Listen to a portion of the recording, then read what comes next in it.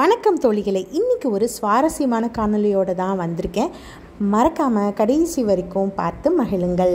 இன்றைக்கி நம்ம அமேசானில் வாங்கின மந்திர நீர் புத்தகம், அதாவது மேஜிக் வாட்டர் புக்கை எப்படி பயன்படுத்துறது அப்படின்னு தான் இந்த காணொலியில் பார்க்க போகிறோம்.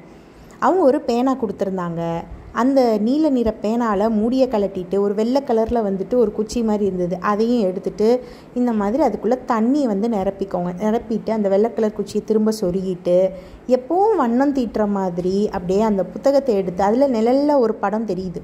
நம்ம அப்படியே இந்த பேனாவை வச்சு அதுக்குள்ளே தண்ணி தான் இருக்குது, வேறு ஒன்றும் இல்லை. அப்படியே நம்ம அப்படியே தீட்ட அப்படியே அந்த நிழல் படம் நிஜமாக ஆரம்பிக்குது. அங்கே தான் நமக்கு அந்த மந்திரம் தெரியுது, அதாவது மேஜிக் தெரிய வருது. குழந்தைங்க பார்க்குறப்ப ரொம்பவே ஆர்வமாயிட்டாங்க, சந்தோஷப்பட்டாங்க. எனக்குமே இது மாதிரிலாம் முதல் முறையாக பார்க்குறதுனால ஆச்சரியமாக தான் இருந்தது.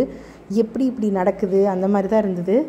அப்புறம் பார்த்திங்கன்னா இதில் முக்கியமான விஷயம் என்னென்னா, இப்போ இது நம்ம முழுசாக இப்படி தீட்டி முடித்தோடனே முழுசாக ஒரு அழகான படம் வருது.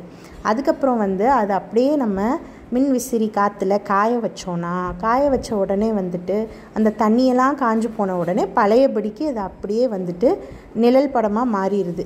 இந்த நம்ம கண்ணுக்கு தெரிகிற இந்த படம் காணாமல் போயிடுது.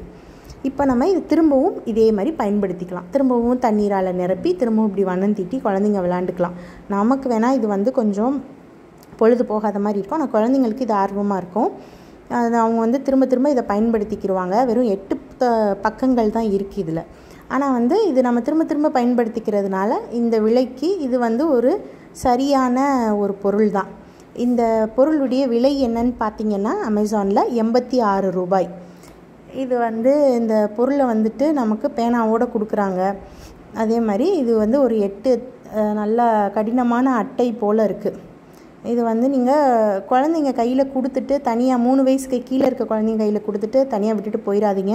ஏன்னா அந்த குச்சியை கடித்து முழுங்கிட்டாங்கன்னா பெரிய கஷ்டமாயிரும். அதனால் கூட யாராவது இருங்க. ஒரு 6 வயசுக்கு மேலே இருக்க குழந்தைங்கன்னா பரவாயில்ல, அவங்க பாட்டுக்கு பேசாமல் இதை வச்சு விளையாண்டுட்ருப்பாங்க. இன்னொரு விஷயம் பார்த்திங்கன்னா, இப்போ உங்கள் குழந்தைங்க அதிகமாக கைபேசியை பயன்படுத்தி அதில் இருக்கிற விளையாட்டுகளை விளையாடுறாங்க, அதிகமாக தொலைக்காட்சி பார்க்கணும் அப்படின்னு சொல்லி தொந்தரவு பண்ணுறாங்க.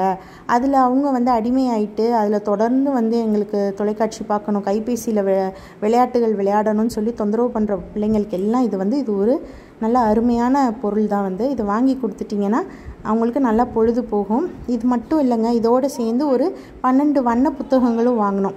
அதை அமேசான்லேருந்து எங்களுக்கு கிடைத்த உடனே அதை நாங்கள் பிரிக்கிறதுக்காக ஒரு காணொலியும் போட்டிருந்தோம்.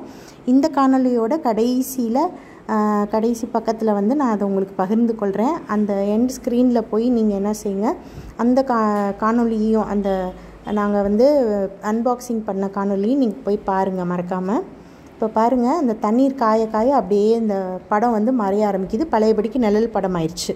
இப்போ நம்ம இதை திரும்பவும் பயன்படுத்திக்கலாம், அதே மாதிரி தண்ணியை நிரப்பி. இப்போ இந்த மேஜிக் புக்கு எப்படி பயன்படுத்துறதுன்னு இந்த காணொலியில் பார்த்துட்டிங்க.